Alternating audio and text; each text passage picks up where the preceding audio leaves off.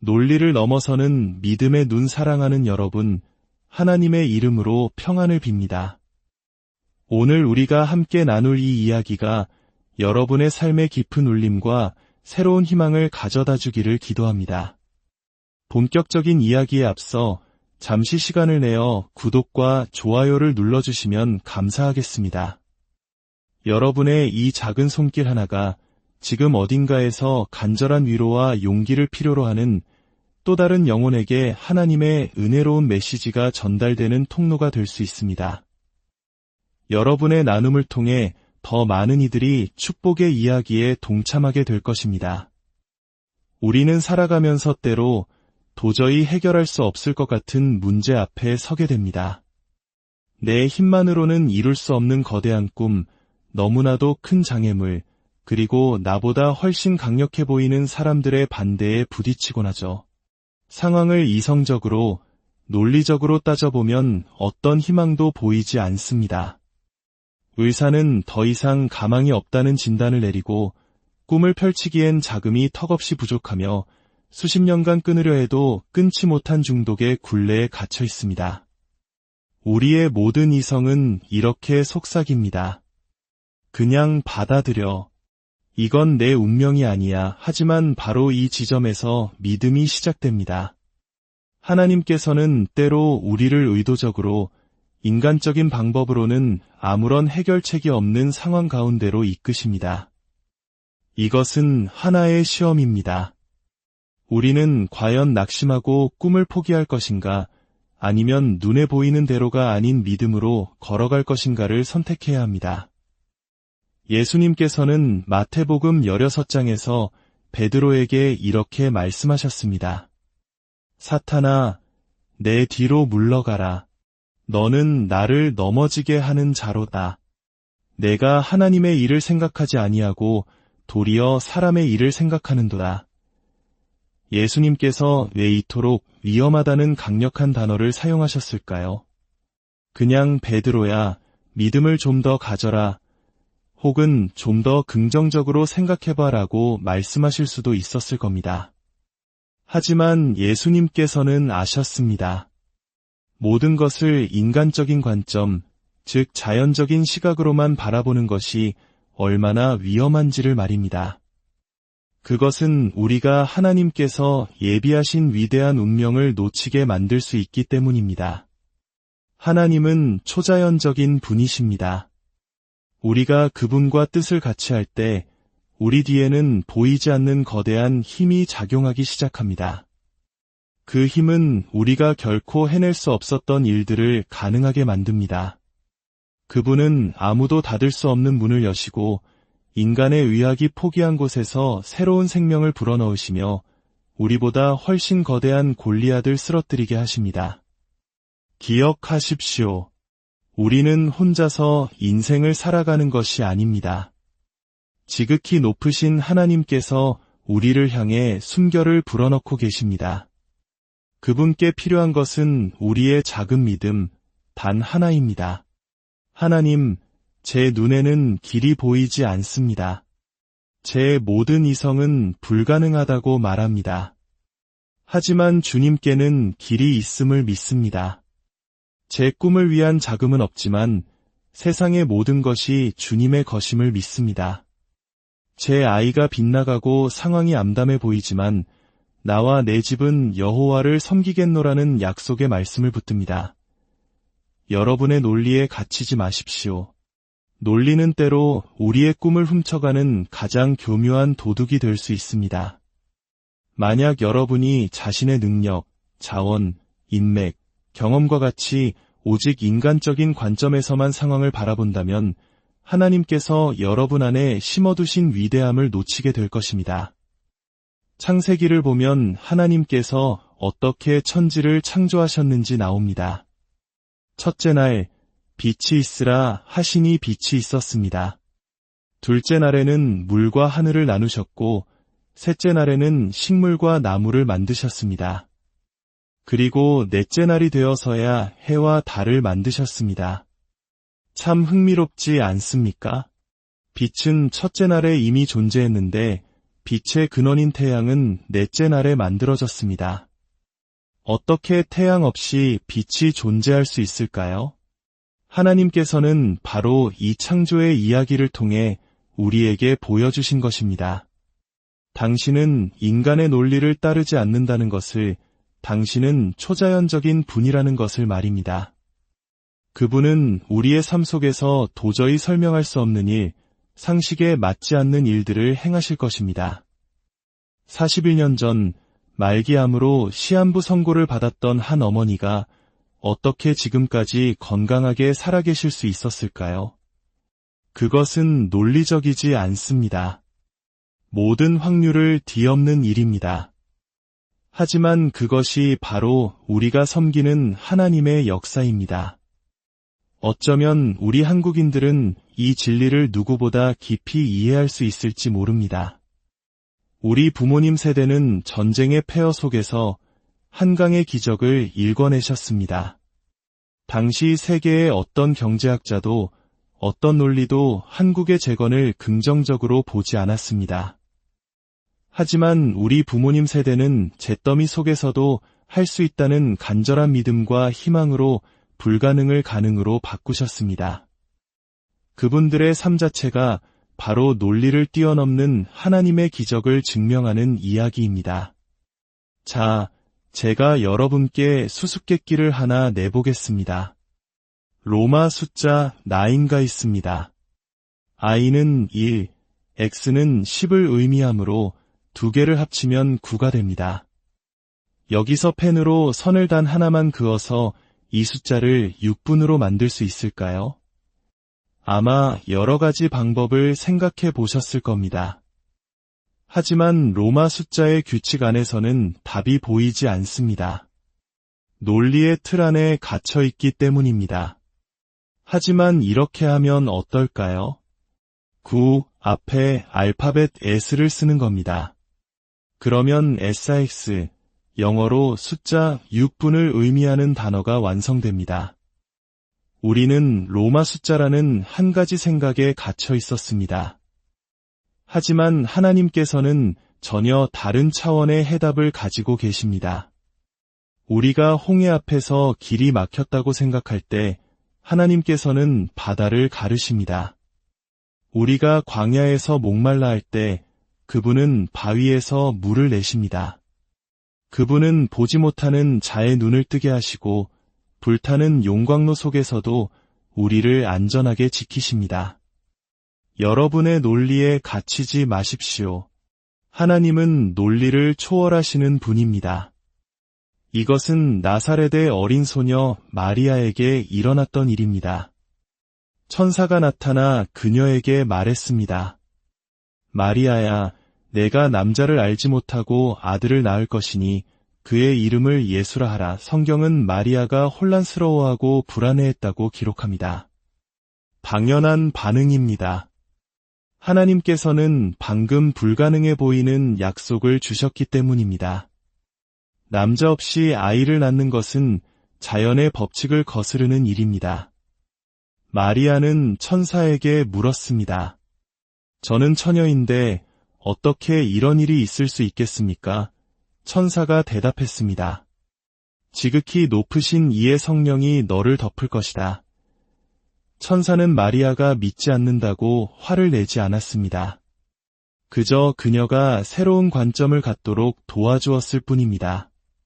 마리아야, 너는 지금 자연적인 관점에서만 보고 있구나. 내 말이 맞아. 인간의 능력으로는 불가능하지. 하지만 하나님의 성령께서 그 일을 가능하게 하실 것이다. 하나님께서는 저를 이 천사처럼 보내시어 여러분이 올바른 관점을 갖도록 돕게 하셨다고 믿습니다. 우리 눈에는 보이지 않지만 불가능을 가능으로 바꾸는 강력한 힘이 지금도 역사하고 있습니다. 마리아는 결정적인 선택의 기로에 섰습니다. 그녀는 말도 안 돼.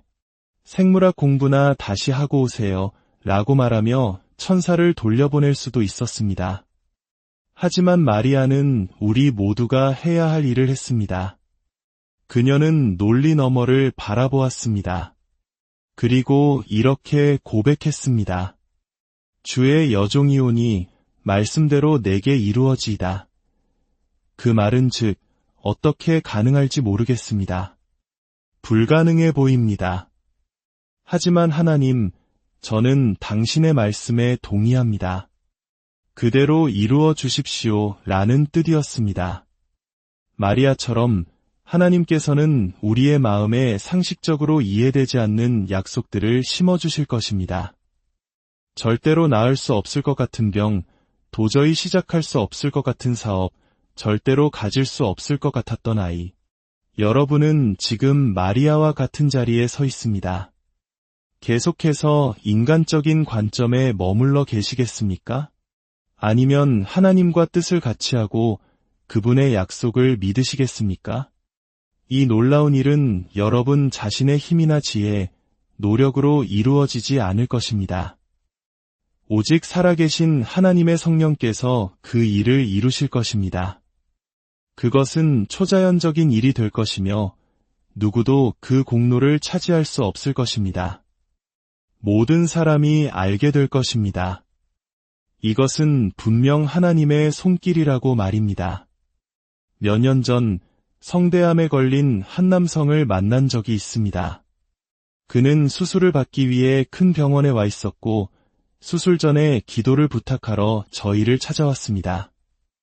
의사들은 그의 성대 대부분을 제거해야 하며 수술 후에는 소리를 낼 수는 있겠지만 다시는 말을 할 수 없을 것이라고 했습니다. 인간적인 관점에서는 절망적이었습니다. 하지만 저는 그에게 오늘 여러분께 드리는 똑같은 말씀을 전했습니다. 모든 것을 결정하시는 분은 하나님이십니다. 당신이 믿을 때 모든 것이 가능합니다. 몇 주 후 그가 다시 찾아왔습니다. 그리고 제가 지금 여러분께 말하는 것처럼 또렷한 목소리로 제게 말을 걸었습니다. 놀라서 물었습니다. 어떻게 된 겁니까? 수술을 받지 않으셨나요? 그는 환하게 웃으며 대답했습니다. 아니요, 수술은 받았습니다. 하지만 보시다시피 예전처럼 말할 수 있습니다. 그는 성대의 90%를 제거했지만 여전히 정상적으로 말할 수 있었습니다. 의사들은 도저히 설명할 수 없다고 했습니다. 집도인은 수십 년 의사 생활 동안 이런 경우는 듣지도 보지도 못했다고 말했습니다. 이것이 바로 태양 없이 빛을 만드시고 남자 없이 아기를 잉태케 하시는 하나님의 역사입니다. 예수님께서는 요한복음 8장에서 바리새인들에게 말씀하셨습니다. 너희는 너희의 인간적인 한계로 나를 판단하는구나. 말씀으로 세상을 창조하신 하나님을 여러분의 인간적인 한계 안에 가두지 마십시오. 하나님은 의학의 법칙, 경제의 법칙, 자연의 법칙, 과학의 법칙에 얽매이지 않으십니다. 이스라엘 백성이 광야에서 고기가 먹고 싶다고 불평했을 때 모세는 하나님께 나아가 불가능하다고 말했습니다. 하나님, 이 광야에서 어떻게 200만 명이나 되는 사람들을 한 달 동안 먹일 고기를 구하겠습니까? 우리의 모든 가축을 다 잡아도 한 끼 식사도 안 될 것입니다. 논리적으로 보면 모세의 말이 맞았습니다. 하지만 하나님은 논리를 초월하시는 분입니다. 그분은 바람의 방향을 바꾸셔서 수백만 마리의 메추라기를 이스라엘 진영으로 날려 보내셨습니다. 사람들은 손쉽게 원하는 만큼 메추라기를 잡았고 한 달 동안 사막 한가운데서 풍성한 고기 요리를 즐겼습니다. 여러분, 모세처럼 하나님께 안 되는 이유를 늘어놓지 마십시오. 여러분의 마음을 제한하는 논리의 벽을 허무십시오. 그리고 담대하게 기도하십시오. 얼마 전 자전거를 타고 길을 가는데 저 멀리서 스케이트보드를 타는 청년이 보였습니다. 저는 큰 바퀴가 달린 자전거를 타고 힘껏 페달을 밟았지만 이상하게도 작은 스케이트보드를 탄 그 청년과의 거리는 좁혀지지 않았습니다. 심지어 큰 언덕을 올라갈 때 저는 숨을 헐떡였지만 그는 아무렇지도 않게 저를 앞질러 갔습니다. 도무지 이해가 되지 않았습니다. 나중에 공원 벤치에 앉아있는 그를 다시 만났습니다. 그가 뒤집어 놓은 스케이트보드 밑에는 작은 모터가 달려 있었습니다. 그는 손에 든 리모컨으로 보드를 조종하고 있었던 것입니다. 그가 더 적은 노력으로 더 빠르고 멀리 갈 수 있었던 이유는 제게는 보이지 않는 특별한 이점이 있었기 때문입니다. 마찬가지로 지극히 높으신 하나님의 자녀인 여러분에게는 세상이 보지 못하는 이점이 있습니다. 여러분을 향해 불어오는 성령의 힘이 있습니다. 그 힘은 여러분이 모든 역경을 이겨내고 더 멀리, 더 빨리 나아가게 할 것입니다. 사람들은 여러분을 보며 이해하지 못할 것입니다. 어떻게 저런 환경에서 자랐는데 저렇게 성공할 수 있었지? 그들은 인간적인 관점으로만 보고 있기 때문입니다. 그들이 보지 못하는 것은 여러분 안에 있는 모터, 즉 하나님의 기름 부으심과 은혜와 축복입니다. 사도행전 27장에서 바울은 배가 파선하여 작은 섬에 도착했습니다. 그가 불을 피우려고 나뭇가지를 줍다가 독사에게 손을 물렸습니다. 섬의 원주민들은 그가 곧 부어오르다 죽을 것이라고 확신했습니다. 그것이 그들이 평생 봐온 논리적인 결과였습니다. 하지만 아무도 바울에게 그가 죽어야 한다고 말해주지 않았습니다. 바울은 그저 뱀을 불에 털어버리고 자기 할 일을 계속했습니다. 아무 일도 일어나지 않았습니다. 섬 사람들은 너무 놀라 그를 신이라고 생각했습니다. 만약 바울이 그 상황을 논리적으로만 받아들여 두려움에 떨었다면 어떻게 되었을까요? 어쩌면 정말로 독이 퍼져 쓰러졌을지도 모릅니다. 여러분, 어려운 일이 닥쳐올 때 문제의 크기만 바라보며 걱정하지 마십시오. 하나님께서 여전히 보좌에 앉아 계심을 기억하십시오. 그분이 허락하지 않으시면 어떤 것도 여러분을 해할 수 없습니다. 사랑하는 여러분, 논리의 한계를 넘어 믿음의 눈을 드십시오. 하나님께서 여러분의 미래에 예비해 두신 것들은 여러분이 상상조차 하지 못했던 놀라운 것들입니다. 사라가 아기를 가질 것이라는 하나님의 약속을 들었을 때 그녀는 비웃었습니다. 나처럼 늙고 쇠약한 여자가 어떻게 아이를 낳을 수 있단 말인가? 그녀의 웃음은 불신의 웃음이었습니다. 하지만 90세의 나이에 모든 확률을 뒤엎고 아들 이삭을 낳았을 때 그녀는 다시 한번 웃었습니다. 성경은 그녀가 이렇게 말했다고 기록합니다. 하나님이 나를 웃게 하시니 듣는 자가 다 나와 함께 웃으리로다. 이번의 웃음은 경이로움과 감사의 웃음이었습니다. 과거에 여러분은 불신하며 웃었을지 모릅니다. 하나님의 약속이 너무나 멀고 불가능하게 느껴졌기 때문입니다. 하지만 좋은 소식은 그 불신이 하나님의 약속을 멈추게 하지는 못했다는 것입니다. 저는 믿습니다. 이제 여러분의 두 번째 웃음이 다가오고 있습니다. 하나님께서 곧 너무나도 놀랍고 위대한 일을 행하셔서 여러분이 경이로움 속에 웃게 될 것입니다. 그 두 번째 웃음은 여러분을 놀라게 하고 여러분을 완전히 새로운 차원으로 끌어올릴 것입니다. 준비하십시오.